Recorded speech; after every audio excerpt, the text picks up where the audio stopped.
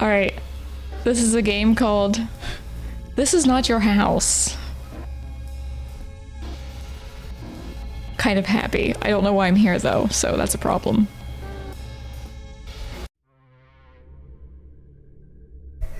Roger always knew if he were attacked, it would happen on the walk from his car to his home. So he readied his house key before stepping out of the vehicle,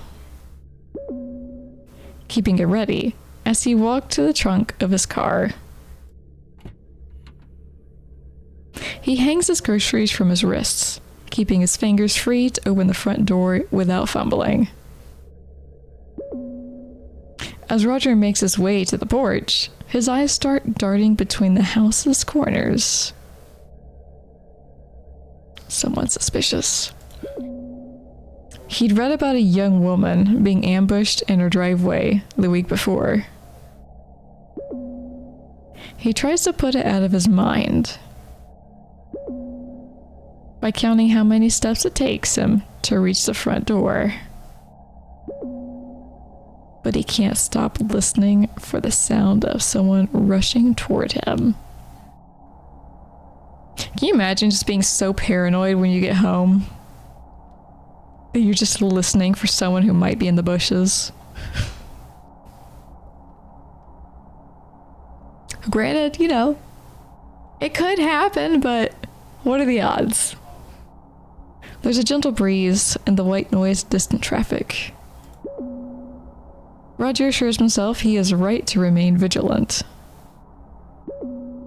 But why? Like, what's he done?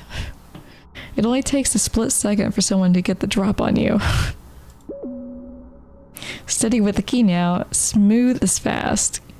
You know, for all he knows, there's a sniper on the roof or something. They don't have to be in the bushes. Roger's key slides in on the first try. It won't turn. Roger removes his key and inspects it. It's engraved with a large H. Definitely the correct key. Roger tries the key again. This is not your house. Locked. Jammed. Broken, maybe? Roger takes a step away from the door and scans the area for suspicious persons. I think Roger is the only suspicious person here. He sees no one. He releases his grasp on the key and leaves it in the lock. He drops his grocery bags on the porch. He tries furiously to turn, pull, and push on the key and door handle every which way. I don't think they use commas in this text. It's periods. It's full stops. Without success. Roger hears something inside. A shadow passes by the window. It looks like someone's silhouette through the curtain. Roger pounds on the door. Open up this instant. The police are en route. Okay, even if you did call the police, why would you stand there and bang on the door when there's obviously someone inside the house that you know doesn't belong in there? The door unlocks from the inside. Can I help you? You can start by getting out of my house. This house does not belong to you. Check the deed, lady. A deed is only a piece of paper. True. One that proves this house is my property. Personal property is a social construct. Oh, she's gonna be this person. Those who inhabit a space own it.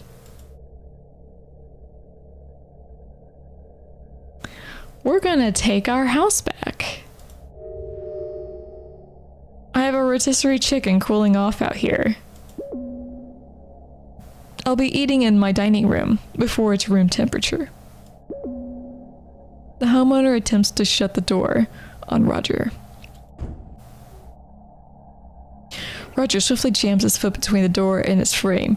Clearly, Roger is the antagonist here. He presses his face into the gap. His provides, "Here's Johnny!" I don't think you heard me. Roger shoulders the door wide open. The homeowner is knocked back into the kitchen. The front door connects to the kitchen? That's weird. You forgot your chicken. I'll stand my ground. I'm gonna save. Stand your ground. I'll get it when you're gone. Be sure not to leave too often, Roger. I have a habit of roosting in untended spaces. Roger hears a car start up right outside. He looks out the window to see what's going on. The homeowner waves from the driver's seat of his car and disappears down the road. She's waving her hand. Wasn't she right in front of us talking to us, though? Would she do teleport?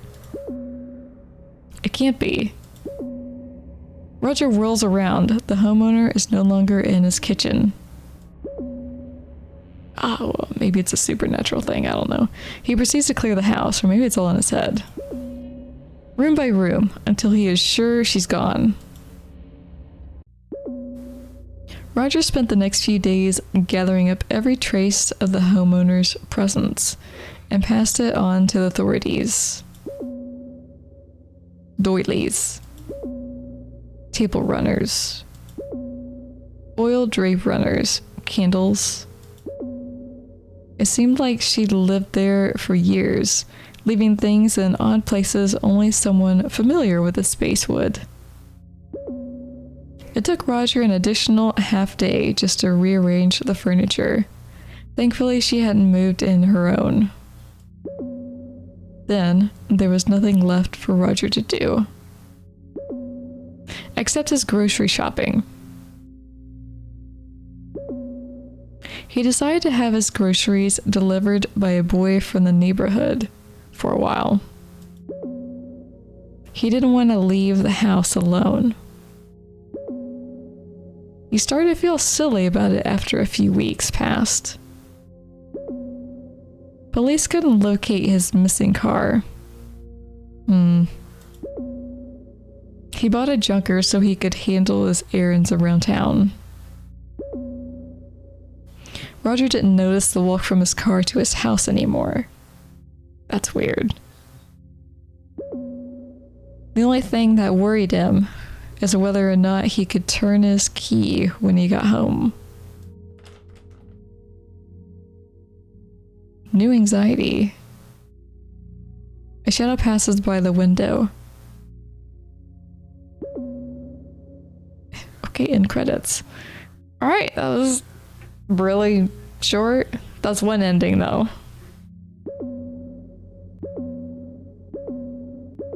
Okay.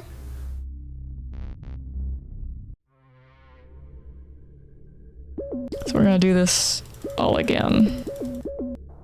I didn't save the first section.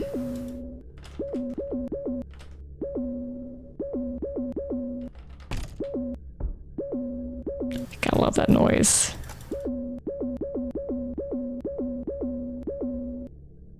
Alright, we're saving this one.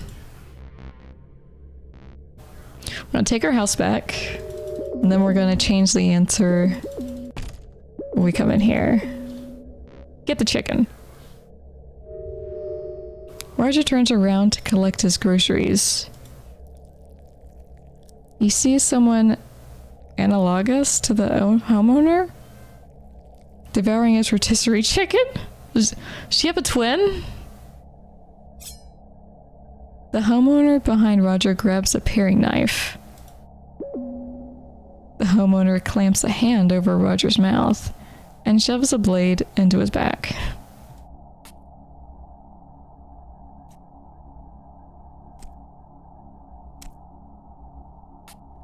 Okay. Roger tries to bite the homeowner and break free. Her hand remains firmly clamped over his mouth. He can taste the tang of her blood with an unexpected acidity. The homeowner gently lowers Roger to the floor. Well, at least she gently lowers him down, doesn't just drop him. Roger tries to get up, but grows weaker as blood pumps through his heart and out his back. The homeowner keeps him pinned to the floor and presses down to strain his breathing. Roger grows tired and slips away into a calm and reassuring dark.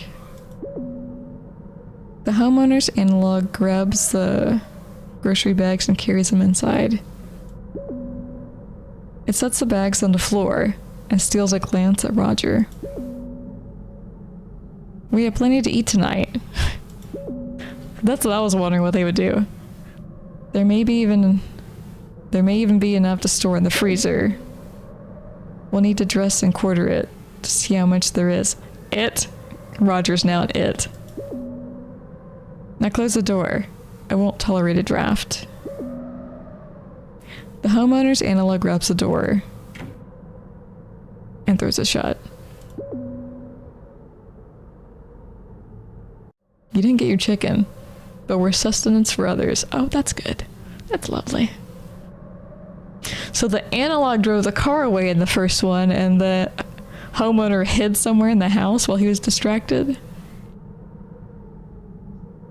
Makes you wonder if people are living in your walls. The goings-on of the house safeguarded from the eyes of prying neighbors by a door and some drapes. Okay.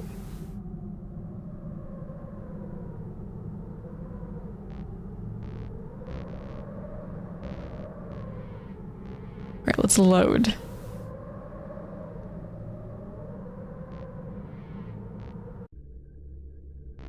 Let her have the house. Keep the house. I'll take my car and head down to the station. Which car is that? The one I pulled up in. I didn't notice. The only one sitting in the driveway. But sir, it's gone. That's my car. What in the hell? Roger turns just in time to see the car he calls his own reversing into the street. He sees the homeowner wave to him from the driver's seat and disappear down the road. Here, let me help you with that. Roger tries to run after his car, but the homeowner grabs hold of his shirt. She slips it off with one deft sweep. Roger spins around. Why'd she take my shirt off? Trying to grab hold of his button down. He feels goosebumps forming on his arms as his nipples harden. Give me my shirt back. It's cold out here. No need for these either. Is she gonna stab him again, this time without a shirt? The homeowner grabs the hem of Roger's pants. Okay, well, now it's awkward. And yanks backward, knocking Roger flat on his back. The homeowner quickly slides off his pants and the remaining articles on his person. Roger lies dazed with his head pounding from the collision with the porch. Don't like that. Is she getting out like plastic wrap maybe in order to chop him up into pieces? I'm thinking Dexter over here. You can hear the sounds of rustling fabric and crinkling plastic bags. Or maybe she's putting the clothes away in bags? I don't know. Roger wraps his arms around his head and groans. Please, not my chicken. The homeowner gathers Roger's things, glides into the house, and slams the door shut. She left him outside like that? Aw, bro, you're getting arrested for indecent exposure. Roger pulls himself to his feet. He cups his genitals in his hands and tries to keep warm. He shakes from the cold.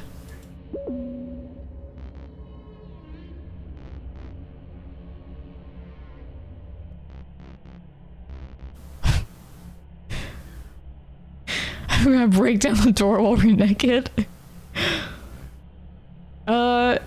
You know what? Just go for it. Break down that door.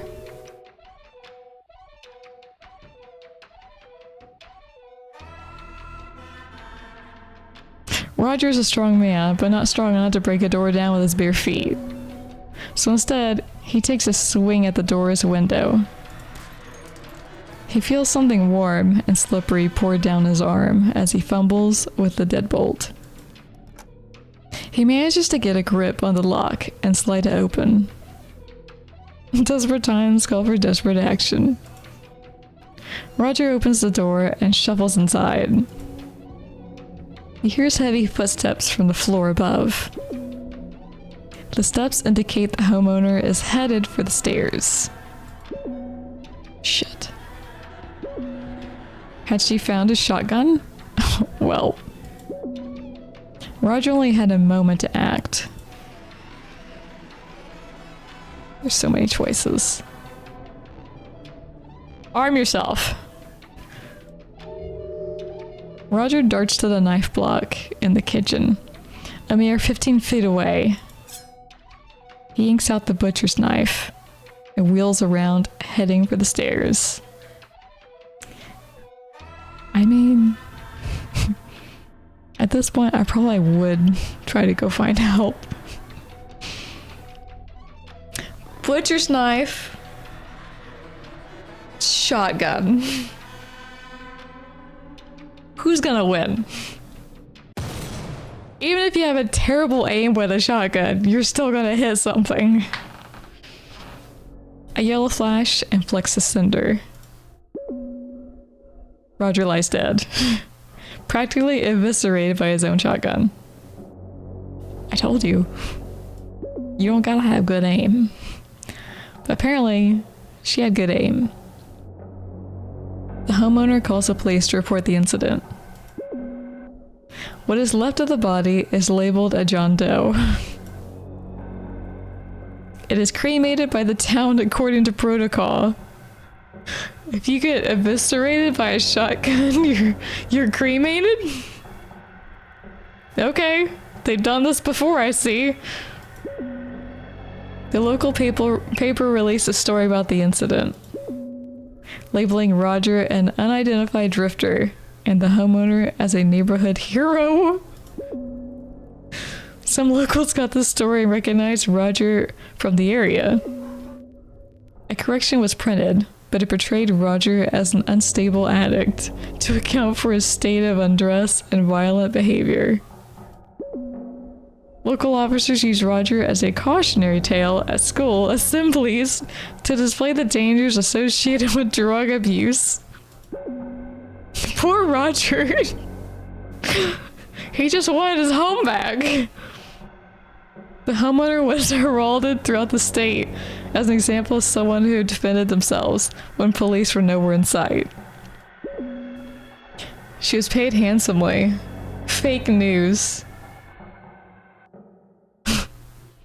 To act as the keynote speaker for a variety of clubs and events over the next few years. Wow. Poor Roger. You know what? Try that in this day and age and you're the one getting arrested. They ain't gonna praise you as a hero.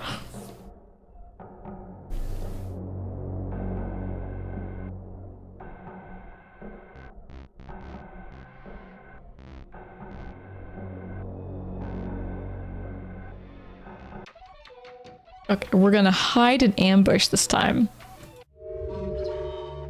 Roger wasn't sure he could make it to the kitchen and back before the homeowner reached him. He pressed himself against the corner wall at the bottom of the staircase, hoping to remain out of sight. The homeowner's heavy footfall makes it easy to follow her movements. Roger sees the barrel of his shotgun slide through the entryway. I think the aliens are contacting us through the game. He grabs hold of it and rushes around the corner. The homeowner falls back on the stairs. Roger yanks the gun away from her with his good hand. Is this gonna portray him again as a villain if he shoots her? The homeowner stares at Roger and tries to sit up. Roger brings the butt of the shotgun down on her face. He presses down, grinding and twisting it into her. Her smile peeks out at him from around the gun stock. She reaches for the trigger. I'm glad someone's having fun. Oh my god.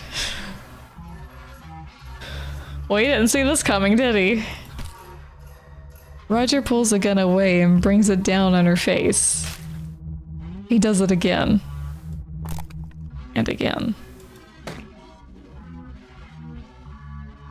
She's so happy. And again. Relentlessly fragmenting and distorting her features into a puddle. He was satisfied when he could no longer see her eyes. The police arrived shortly after. A neighbor called 20 minutes earlier due to the sound of breaking glass. Roger's defense team could not adequately explain the circumstances leading to him viciously beating an unarmed woman to death in his home. What did I tell you? He's the bad guy once again. A woman. Police were never able to identify. Due to excessive facial and dental trauma, missing fingerprints, and a lack of documentation. Hello, Blooper. The jury found Roger Cormack guilty of first-degree homicide. The prosecution convinced jurors that Roger had kidnapped the woman and killed her when she attempted to escape his home. Roger now inhabits a cell on death row, awaiting lethal injection. I think the moral of the story is if there's someone in your home saying they're the owner, just leave it be. Go find another house. Because that one is not yours.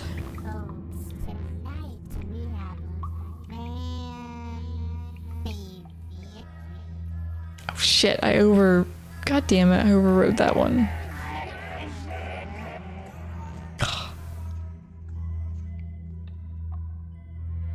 Okay, let's see if we can get this back.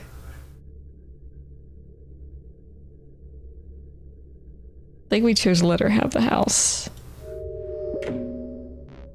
Yeah. So we did break down the door. We're gonna wait her out. Roger was not one to bully others, or be bullied himself. He stood resolutely on his porch, like any respectable citizen would.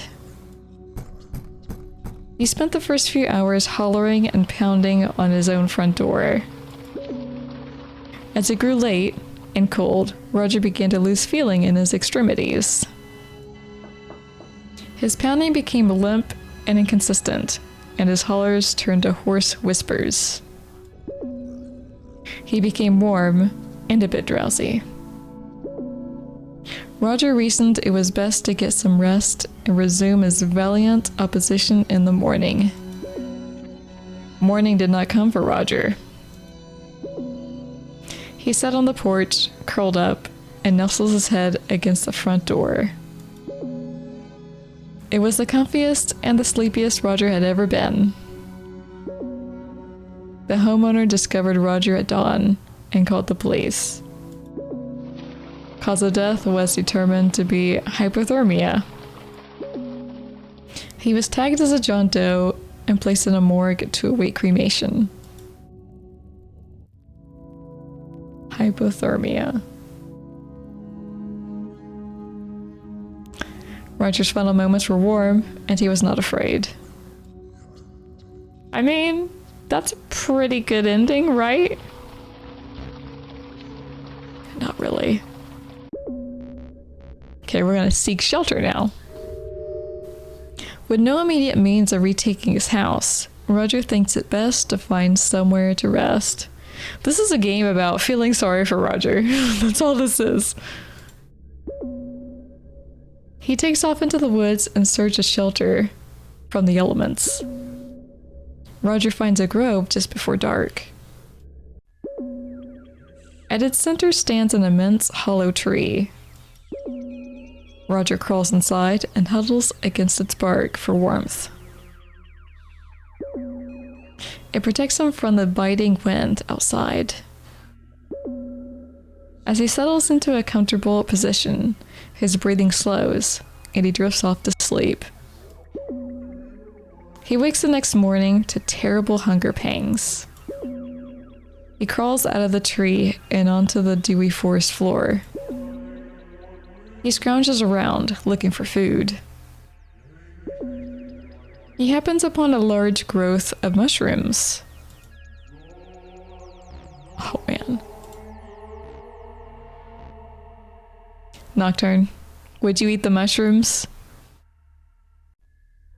Personally, I wouldn't eat the mushrooms. But I'm kind of smart like that, and you might not be, so...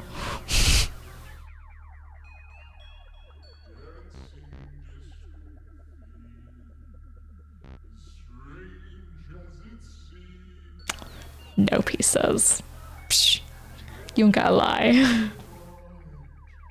You're not eating random mushrooms? Well, they make you feel really good. You might go on a trip you've never been before. You might like it.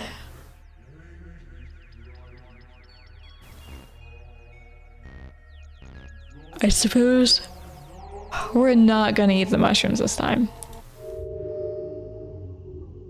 I doubt he's gonna live, because he seems to die a lot. Or get arrested. Then you die. You don't gotta be so pessimistic. At least you would have a nice trip after eating the mushrooms, right? Roger wasn't sure if the mushrooms were poisonous or not. He didn't want to risk dying for a single breakfast. He let them be. But the fact remained. He was hungry. I was gonna say, he's... When you're playing horror games, you have to be pessimistic. What sounds like that are going in my ears, yeah, you gotta be pessimistic. If I heard this out in the forest with mushroom, I'd be like, oh hell no. I'm about to die. I have to wonder if he's gonna start like eating himself. He set up for the edge of the forest at a brisk pace, or he's gonna like have a fight with a bear and try to eat it. Skulking through the tree line parallel to the roadway to hide his nakedness. As the forest thins, he ducks into alleys and hides behind garbage cans. He smells something on the breeze. Last week's garbage. Makes him salivate and clench his fist with an aggravated longing. Bright red. Something catches Roger's eye. A fire station. Do you have any food? They might be able to help. Oh no.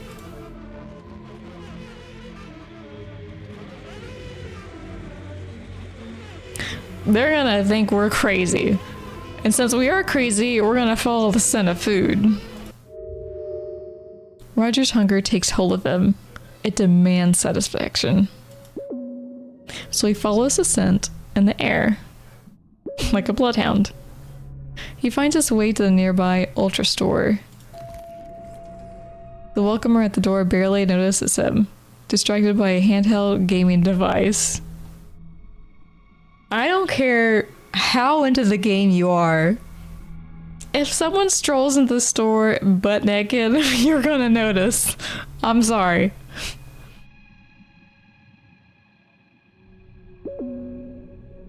Roger wanders the vacant halls of the store until he finds men's clothing. He grabs a simple outfit, a pair of socks, and some sneakers. Well, we know where the socks are going. Then head straight for the ready-made meals by the self-checkout. Really? just socks and what? No pants? At least like a long shirt, Jesus.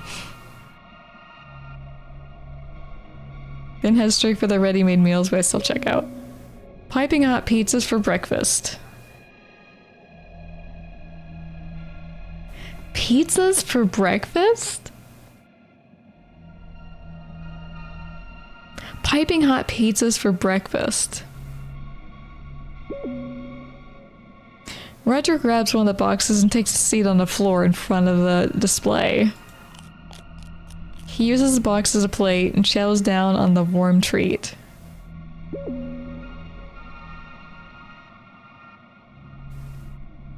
don't know about this.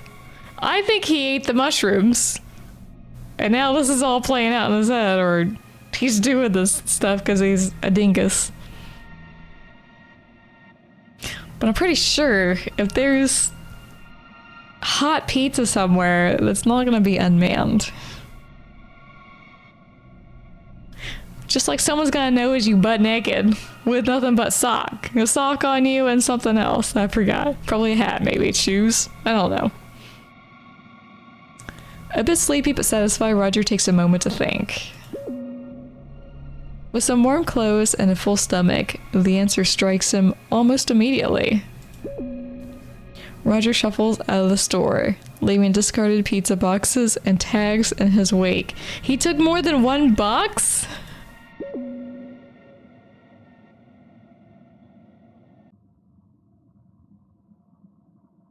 Insert arm into automaton orifice.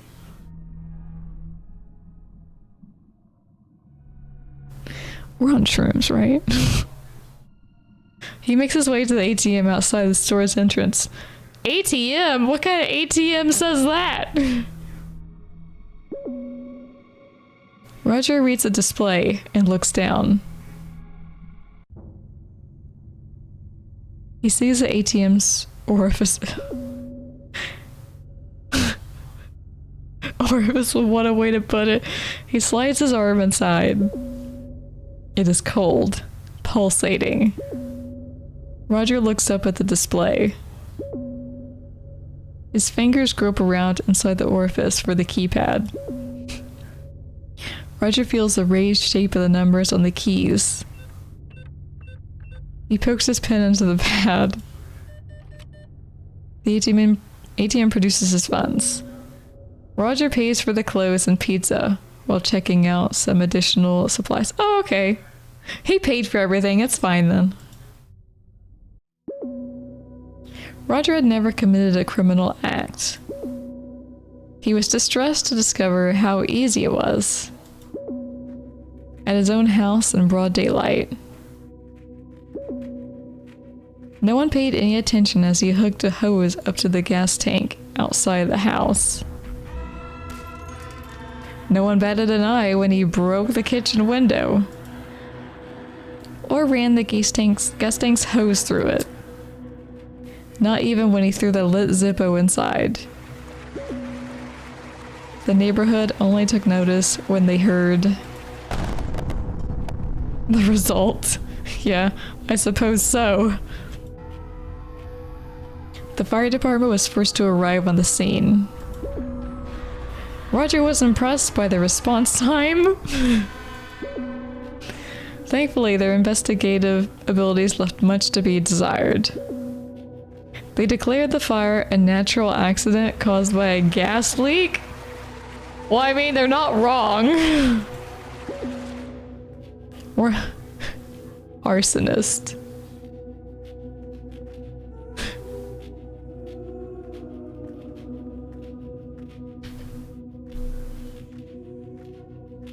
You used insurance fraud to buy a new home closer to your family? Roger was able to claim the full amount on his insurance policy and use the money to buy a home closer to his grandchildren. Good on you, Roger. He had a good ending after all.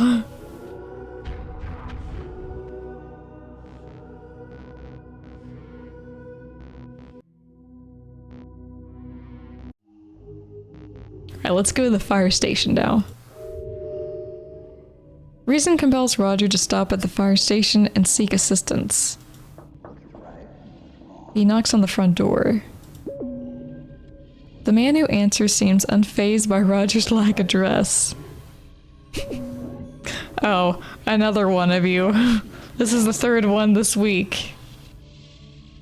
Sir, is it possible the station has some clothing it could lend me? Or some food to spare? Got plenty of both. Come on in. Roger is given a baggy t-shirt with the monogram of a defunct company on it, accompanied by some ill-fitting pants. He relaxes knowing he will not be charged with indecent exposure. Terry's in charge of lunch for the station today. He's got a pot of chili going. Might not be appetizing first thing in the morning, but it's what we got. I would appreciate some. Thank you. What is this music? Also, who needs a light on when you got a screen this bright, right? The fireman nods and hurries back with a bowl of chili and a cold beer. Roger isn't normally one for beer, but it is dark and filling. So if you don't mind my asking, what's got you out on the street with your pecker hanging out? I went out for groceries yesterday. While I was out, some woman broke into my house and changed the locks. I couldn't get back in and had to spend the night in the woods. What's right? What is wrong? That's the real horror, the blindness you get after this game. Why was your pecker out? You like shopping naked? No. The woman had an accomplice who broke into my car while I was trying to get into the house. I tried to stop her from taking the car, but the woman in the house jumped me from behind when I did. I took a bad blow to the head. She stripped me on the porch, and her pal took off with my car. The fireman scratches his beard. Why didn't you go to the police? It was freezing out and getting dark fast. I didn't know how to find the station, and she took my phone, so I just holed up for the night. Glad you made it. Awfully cold last night. Kinda makes it our slow season. I'm just glad I stumbled onto this place. The facade really stands out. You got any kind of documentation to prove you own that house? Of course. I have the deed in the safety deposit box, but I need my ID to get to it. And that bitch took my pants, with my wallet still in them. You think she's still in the house? Or took off in the car with her pal? She had no intention of leaving, I can tell you that. That settles it then. I'll get the blues on the horn and get this sorted for you. The fireman lumbers over to a phone on the far wall. A wave of relief washes over Roger, knowing a civil servant is assisting him. Still, the fireman's reaction to Roger's story troubles him. Is he gonna call the police to come lock us up because we're crazy? He doesn't want the fireman thinking of him as a crazy old man. Worse still, Roger worries he is a crazy old man and just doesn't know it yet. A part of him hopes the woman is still in his house to prove to himself that what he remembers happening really happened. When police arrive at Roger's residence, they find the homeowner barricaded inside the upstairs bedroom, raving that the house is hers. She's been there all her life. It's her childhood home. She demands the police get a warrant to search the premises, but she is unable to provide personal ID or proof of residence. Bearing no legal claim to the property, she cannot refuse them entry. They are unable to locate Roger's wallet, believing the homeowner has destroyed it. Obviously. Roger's social security card and birth certificate are recovered from the premises, which he uses to acquire the deed from his safety deposit box. With the proper paperwork secured and presented to the authorities, Roger is permitted entry to his home. The homeowner is taken into police custody. What about her doppelganger? Roger spent the next several years checking in on the homeowner, as she was transferred between a variety of state mental institutions. He eventually lost track of her in the system. He nearly forgot about her altogether until his car was recovered. It was unearthed at a site in Nevada, where BlackRock was breaking ground on the construction of a new housing complex. Roger put the car out of his mind. He didn't allow himself to worry about the homeowner.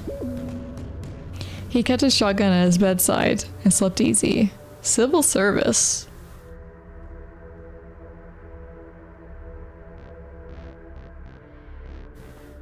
Okay, let's go back to the mushrooms then. We're gonna eat the mushrooms.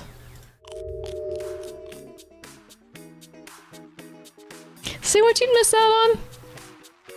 You didn't eat the mushrooms, you couldn't hear this jam in your head. Alright, maybe the jam isn't that great.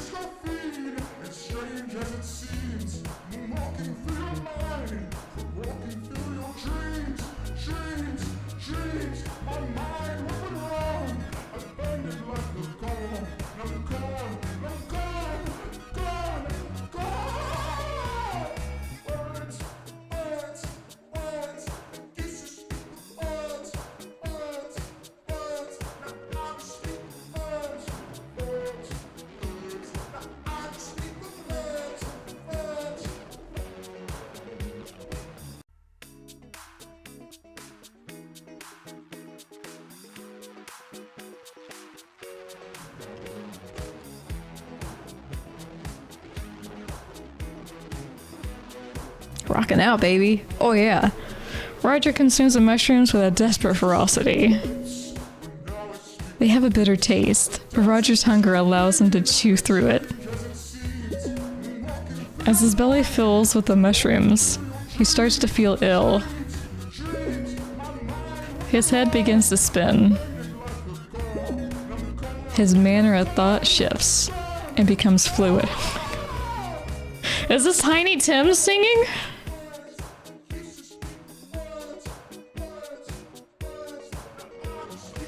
I feel like it's Tiny Tim, Jesus.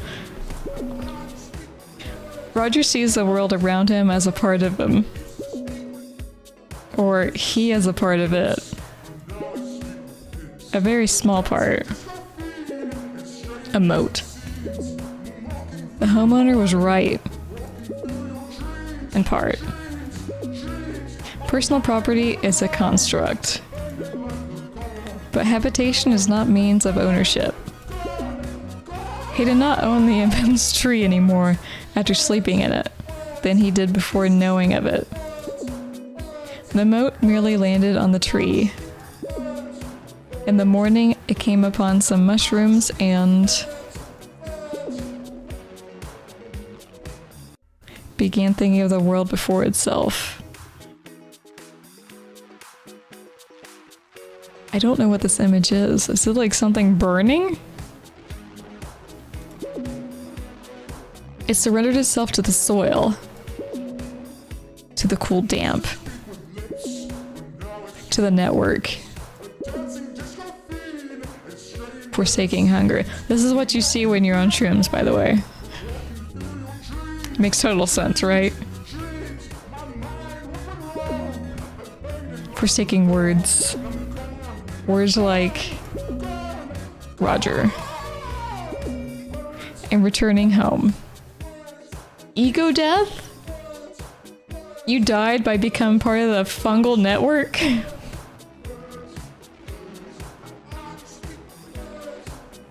Okay. That ending was a little weird. But we were on shrooms, so it makes sense, I guess.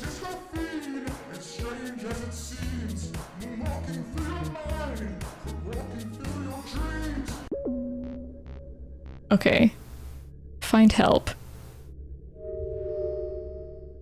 Driven by the belief he cannot resolve the house theft on his own, Roger runs off to find help. Running down the road, he spots a police cruiser on patrol. Roger begins wildly flailing his arms and calling out for the vehicle to stop. The cruiser comes to a halt, and an officer steps out from the passenger side. Roger sprints toward him, shouting, attempting to explain his situation. I was gonna say, is the officer gonna shoot him? You don't run up on an officer like that. The officer enters a defensive stance and draws his weapon on Roger. Roger freezes in place, thrusting his hands into the air. Don't move. Hands. Let me see those hands. They're up. I'm cooperating. Suspect is uncooperative. I'm cooperating. What am I a suspect of? Turn around. I said turn around right now. Roger complies. Walk backward toward me. Roger walks backward toward the officer. Not so fast. Roger stops. In a lethal game of red light, green light. Did I say stop? What is this, Squid Games? Roger does not speak, and he does not move. He does not want to alarm the officer. Come on, hurry up. Roger very slowly walks backward toward the officer. I said slowly, not slow motion. Pick up the pace? This dude. Roger does not hasten his pace. He is terrified of doing something that could be seen as threatening. That's it. The sound of the officer's thudding footsteps draws near to Roger. Roger hears cuffs being readied behind him. He feels the cold metal press against his wrists.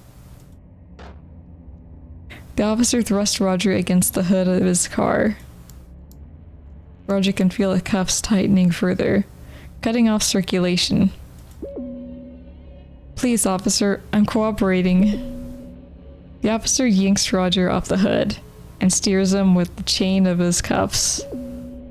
The metal digs into Roger's wrists as he flails to anticipate the officer's movements. Fails. The officer pushes Roger into the back seat and slams the door. The officer quickly climbs into the front seat and jumps on the radio with dispatch. Roger's naked body wriggles against the leather in the back seat as he attempts to sit up.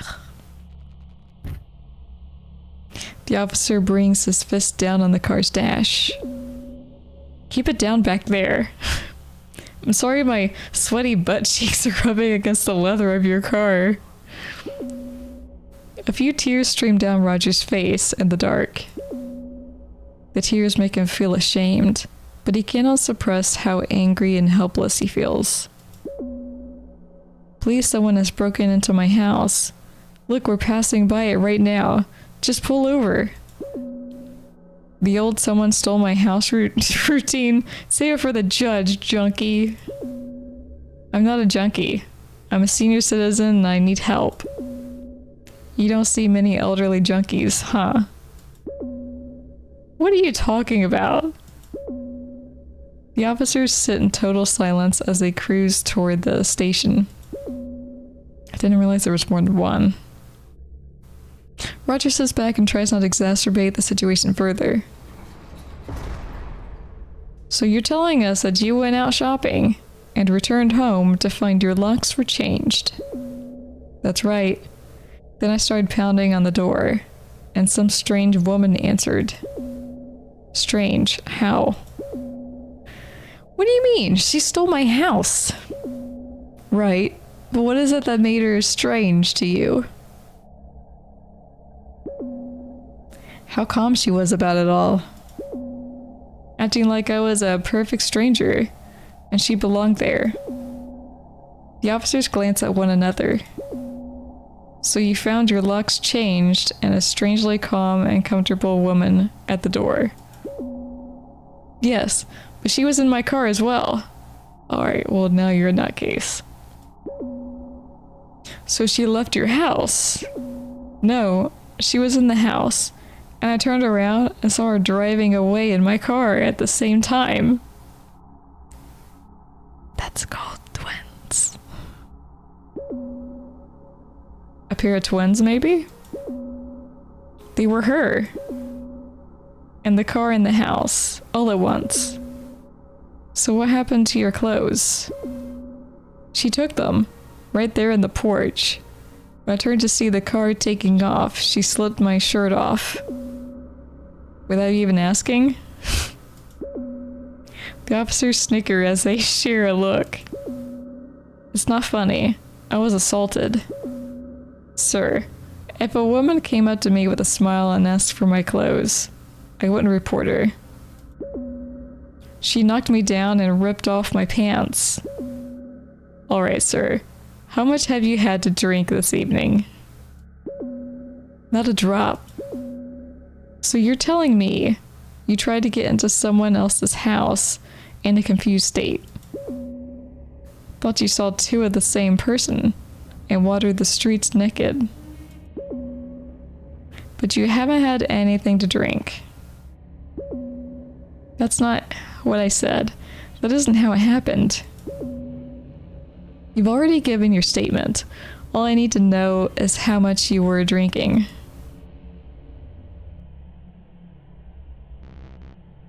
Wasn't drinking anything. Jerks.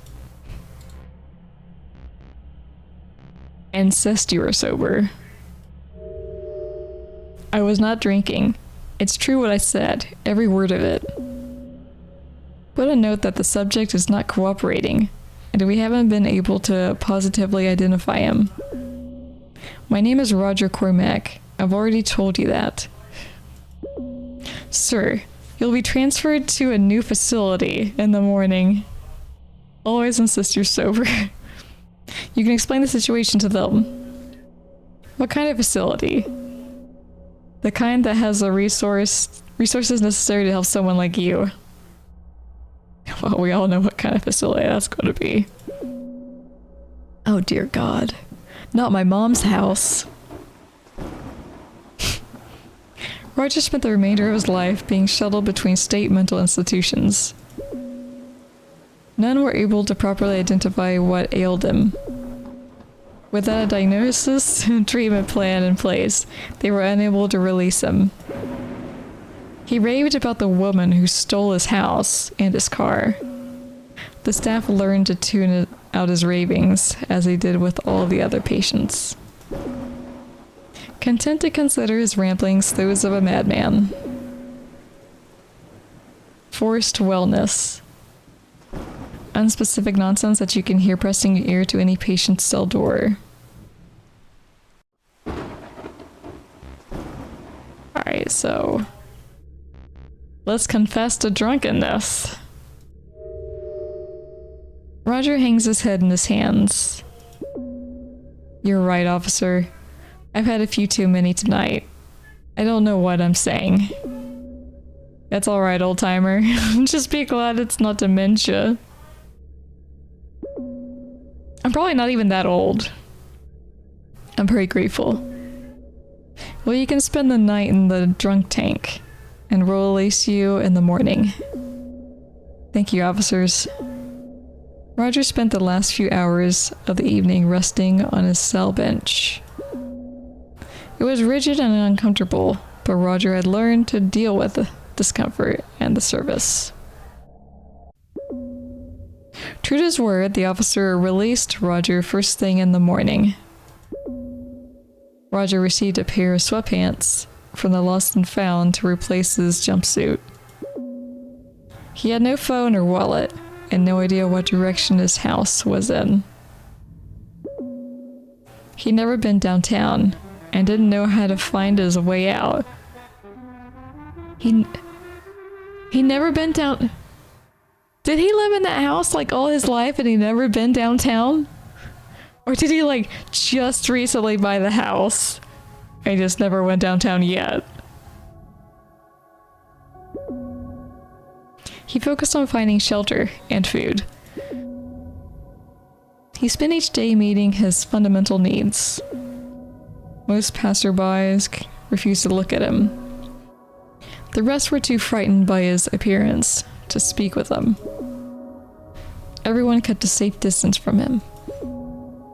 He faded into the crowds and entirely out of memory. Vagrant. I think there's one more.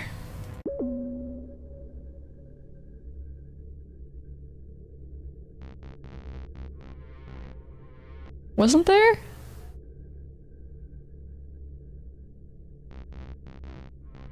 Did I do all of them? Maybe I did all of them.